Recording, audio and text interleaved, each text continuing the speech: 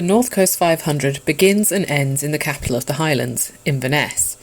It is a 500-mile loop of stunning and varied Scottish scenery. But before we can tackle it, we've got work to do.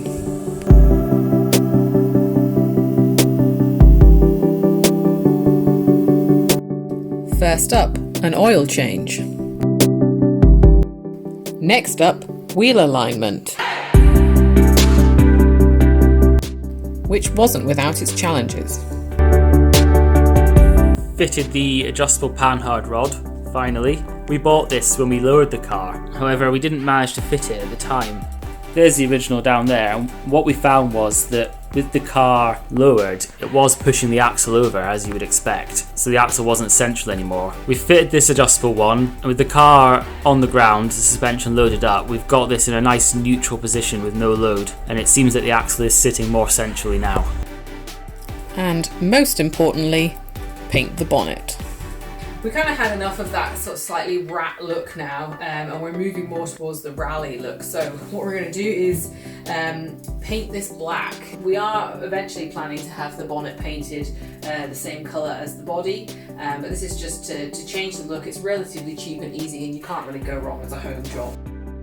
Next, there were some much needed brake system upgrades.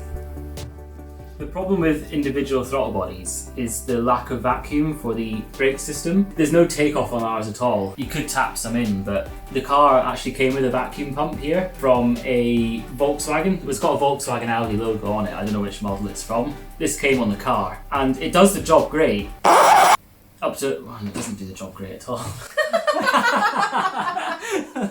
It's doing a shit job. The pump works fine. Yes. But the vacuum switch that controls it doesn't seem to give us enough vacuum. I put the vacuum gauge on it, and it turns out it's only giving us about 5 inches of mercury, which I don't feel like is enough. I don't know what this servo is supposed to take, but... How should you say systems normally take? Well, I don't know. I just know when a car normally idles, you're around about 20. Okay. And when you put the brakes on this car, they work, but you kind of feel like there should be a bit more there, don't you? Yeah. Oh, there's been a couple times where it kind of hasn't charged up when it should have as well. So you apply the brakes, the pressure drops, and it doesn't... That's what's driven this, isn't it? Doesn't kick back in again. You'd be driving along and suddenly you realise you've got no vacuum. Yeah. We could be about to get... Not now, Henry. Mummy and Daddy are filming. Right. Okay. So what's that from again? I couldn't find anything about it until I took it off actually and found a part number on it. Googled that, and it's from an old Land Rover, so that has a vacuum setup of some kind, and this switch here doesn't control any kind of pump. It's a low vacuum warning, so that's why it's set to only 5. It's not designed to control anything at all, so we don't have the kind of vacuum level we wish to have. Bought a new vacuum switch that's adjustable, so we're going to plumb that in instead, and we're going to change this pipe work because it's a bit of a bodge job really, isn't it? Yeah. It's just... You can tell they've thrown it together quite quickly, but it's because the very first MOT this car had in the UK after import was with this engine in the throttle bodies, and it failed on having no vacuum. So obviously to get it through the MOT, they've thrown this together, and it's done the job for their MOT, but it's not quite enough.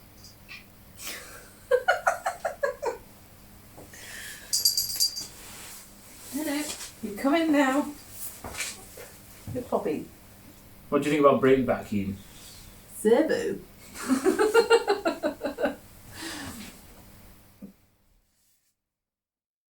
But the Opel isn't the only car undertaking this journey.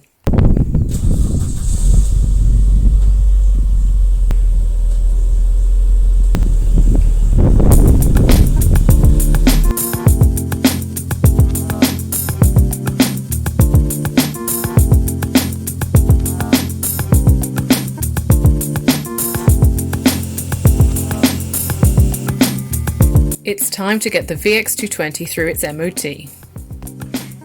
And that means we need to remove the front clam. To remove the headlights, you must first remove the wheel arch liners. We've skipped a number of steps, but the headlights are now removed and the clam can be gingerly removed.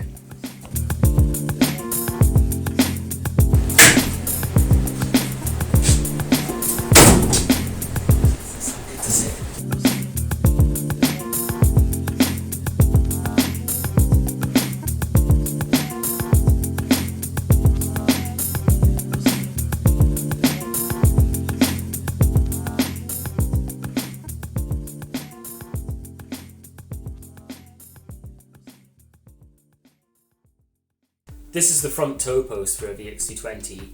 They are prone to rusting like this one has, and what happens in the end is they become so weak that they can pull out and damage your car in the process. So best thing to do is to get a replacement like this. This is a stainless steel version that we're going to fit now. The toe post needs painting before fitment.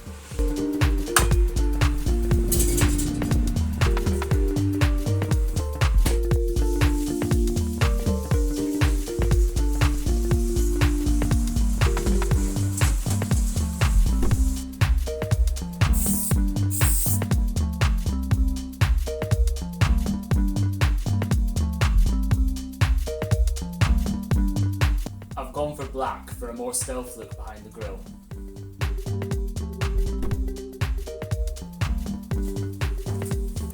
The VX needs a lot of little upgrades which aren't MOT requirements, but this is the best time to get them done.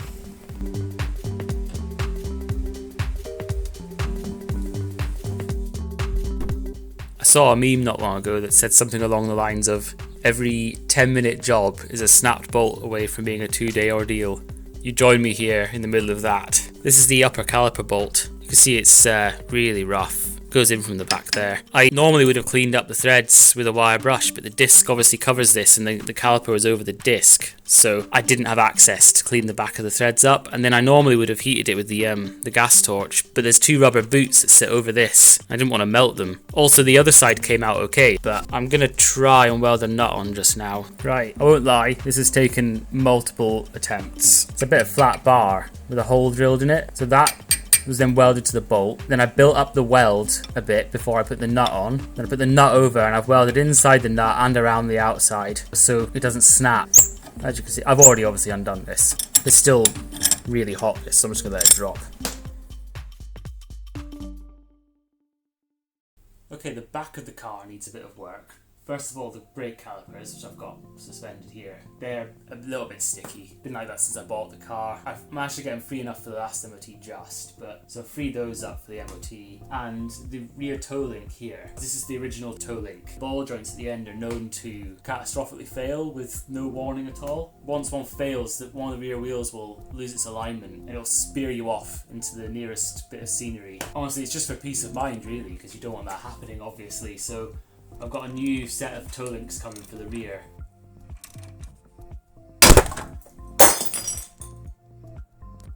There's a company that makes some really nice ones, so I've ordered those, because if you put the OEM ones on again, you know, after a little bit of time, you're back to worrying again about when are they going to fail.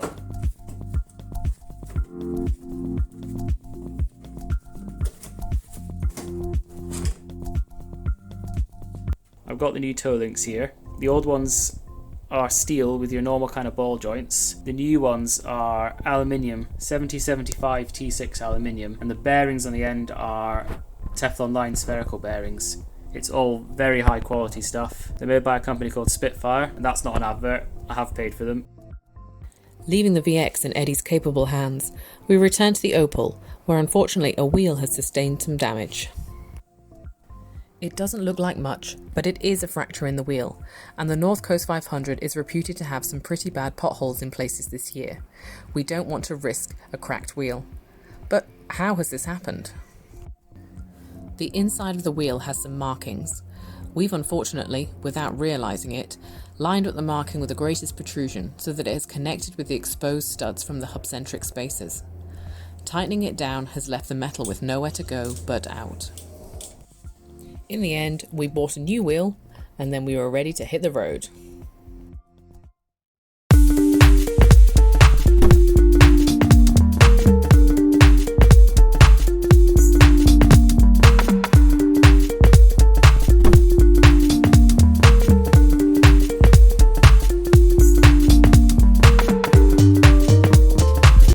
We are just filming.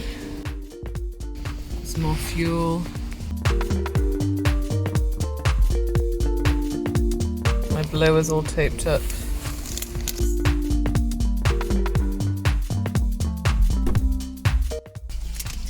So we've just stopped at Tesco fuel station. It's 11:30. We haven't left Inverness yet. It's raining. and my screen is completely misting up really badly. So I've got a couple of demister cloths, but we've also hooked up the heater. Well, it's not a heater now, it's a fan, because we haven't actually added the coolant pipes. We didn't get time before we left. There hasn't been time since, and we don't want to throw coolant all over the place, so a fan will have to do. Hopefully it's only going to rain today, and then it'll be fine. Eddie is on the other side of this trolley stand, adding Rain-X to the inside of his screen because his is pretty bad as well. His fan is not handling it. And that's the situation so far.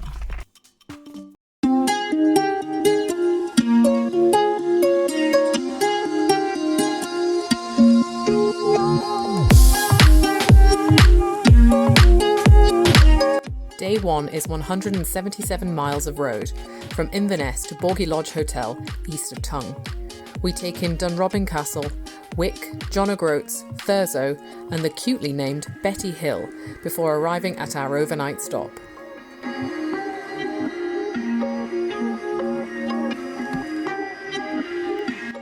Dunrobin Castle seemed like a good place to perform the first of our on-the-road repairs.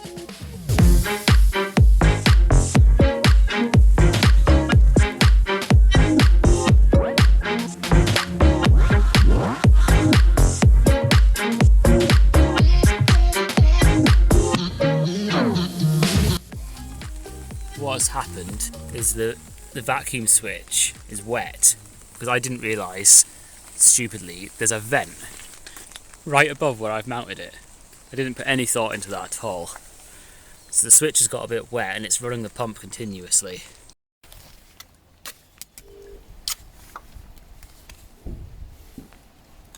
This tape's brutal, isn't it? Gorilla.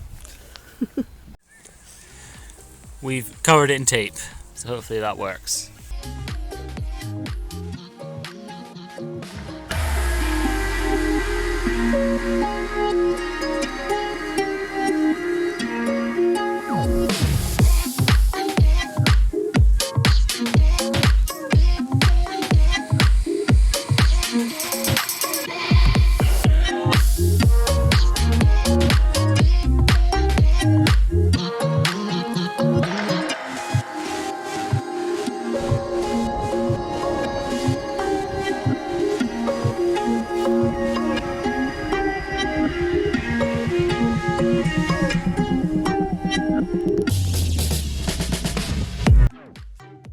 The trip so far had taken its toll on the cars. Wet weather hadn't stopped play, but it would leave them filthy for the rest of the journey, which is, let's face it, as it should be.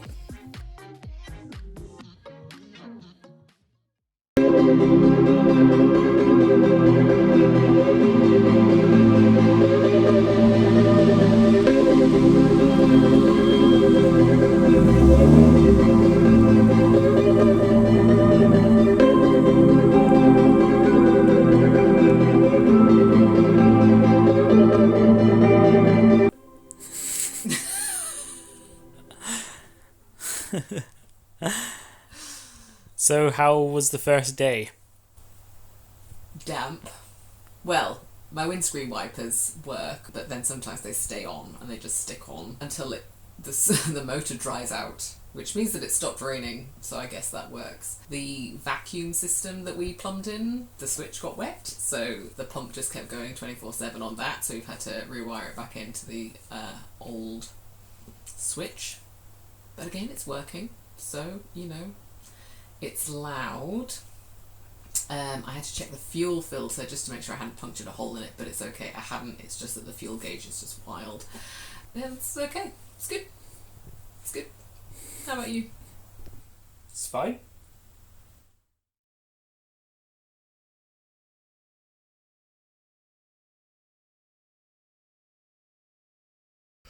Megan's too cold. So I never got time before we left. This is the heater. I never got time to finish it before we left, but this fitting arrived literally the day we were leaving because the old fitting was broken. It's for the coolant lines going in. We've got them bridged currently. So the car's freezing and we live in Scotland. I forgot though something to seal this with. I was going to use some PTFE tape, but so we don't think that's going to seal very well, so we're about to We're about to bodge it, aren't we? We've got a bag of stuff here. Things. All sorts of bodge things. The bodge bag. But it literally is. I call it the bodge kit. Yeah, we're about to make a mess of this, aren't we? The next video will just be us going, for some unexplained reason, we've got a coolant leak. No idea why. What bad luck. As he puts more sealant on. Shortly after this, we decided to abort that particular mission and just carry on.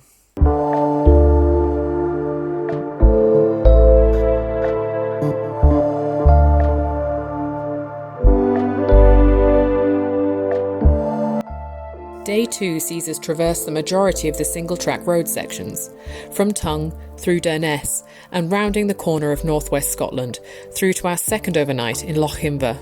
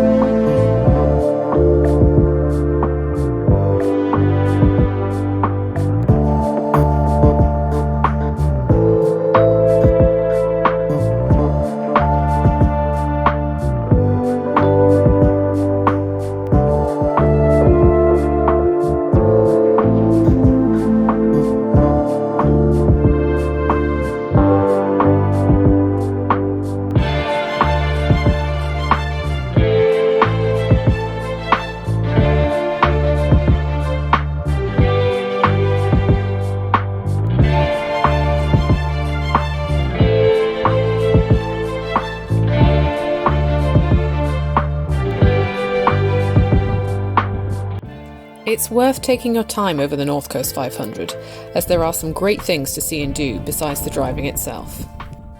For example, these abandoned lime kilns at Loch Erribol sit on a small headland called Ardniki, which is joined precariously to the mainland by a low-lying spit of sand. It was once the site of an active limestone quarry and 4 lime kilns, built in 1840. Loch Erribol is the deepest sea loch in the United Kingdom, once used as an important naval anchorage, and was the site of the surrender of 30 German U-boats in 1945.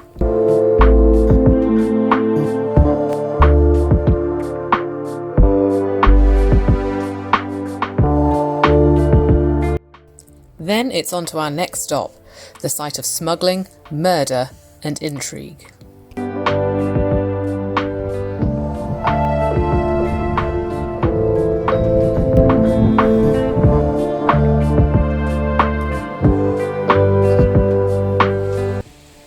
A freshwater river runs through the cave as a waterfall and out to sea. It lies 600 metres inland of a tidal gorge in the Durness coastline. The name Smoo is thought to come from the Old Norse smuga, meaning hole or hiding place, and it has been an important location of human habitation since the Neolithic period. Many local legends surround the cave, including one of a highwayman who patrolled the area during the 1500s and murdered his victims by throwing them down the blowhole into the cave. He is buried in a tomb at a nearby church. Another claim is that 2 excisemen seeking out illicit whiskey distilling in the mid-1700s were drowned by a local man, and their bodies were never found.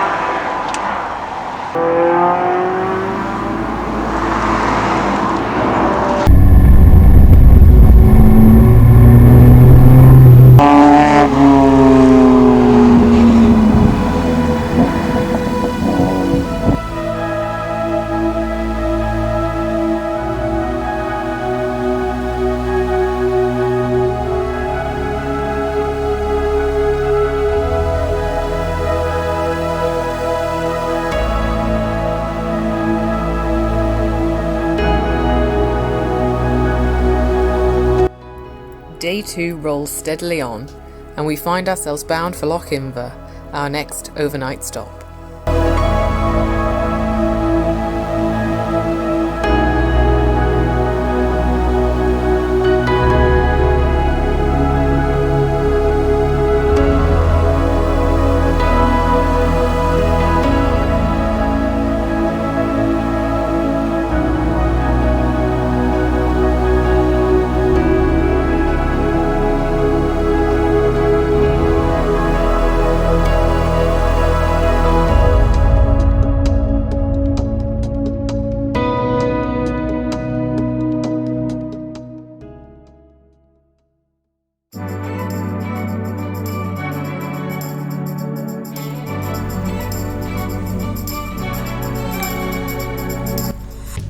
We start the morning with an engine management light.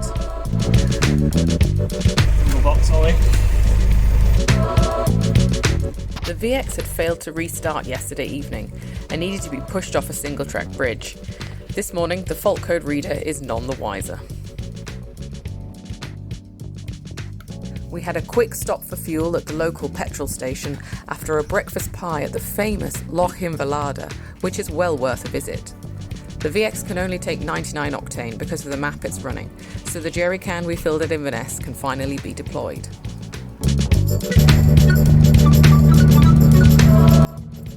As no further running issues have presented themselves, it's time to get back on the road for day 3, and Scotland continues to serve up views around every corner. Today our destination is Applecross via Ullapool, Gairloch, the banks of Loch Marie and the stunning views of Torridon, ending our day at the Applecross Inn.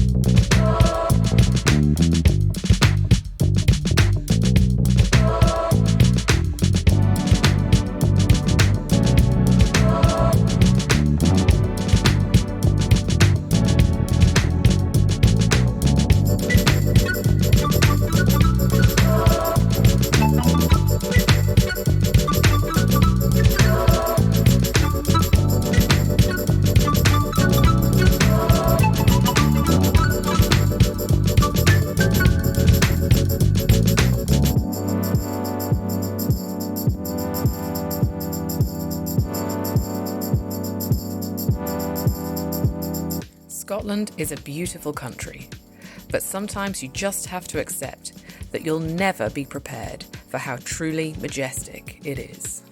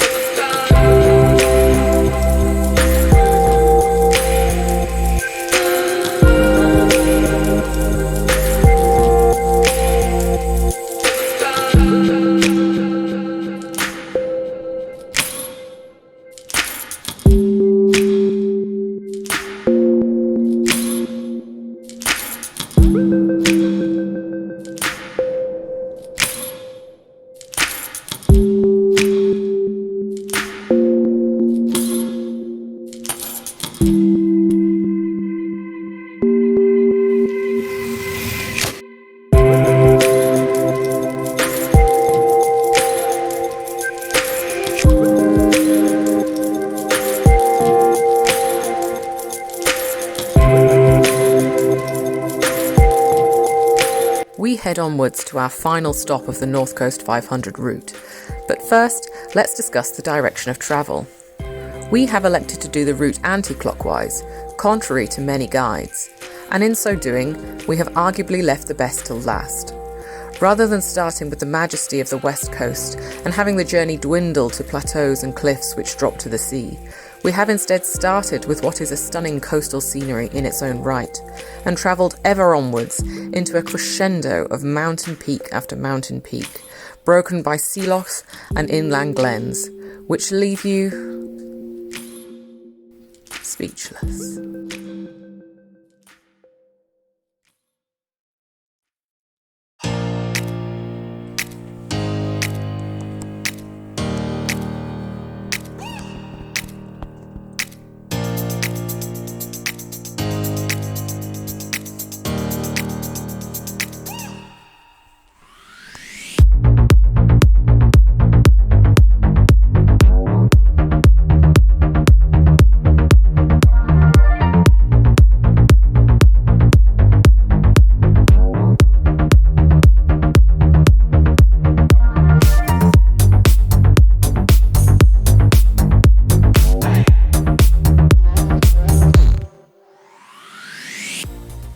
Packing up to leave Applecross can only mean one thing: the Bialach na Bar.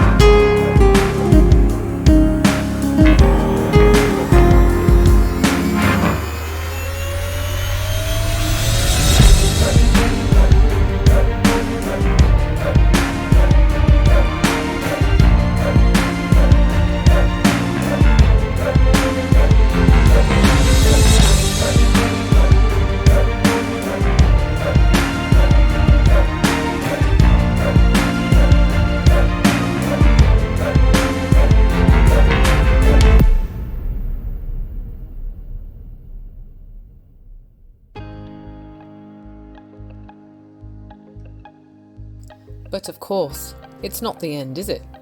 We still have the return journey to complete. Back to Inverness to complete the route. Back to Aberdeen to see the cats. Back to our home with our memories of a fantastic trip. Just get some BTS behind the scenes. Oh, right. The lingo. More BTS, innit?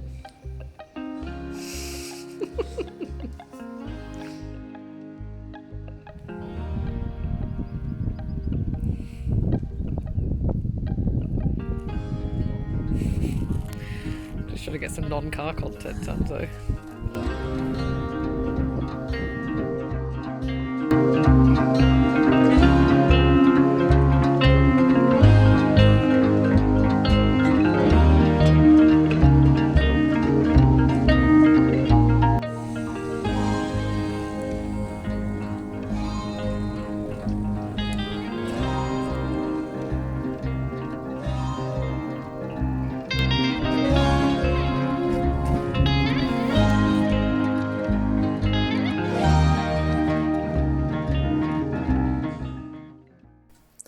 So this really is the end.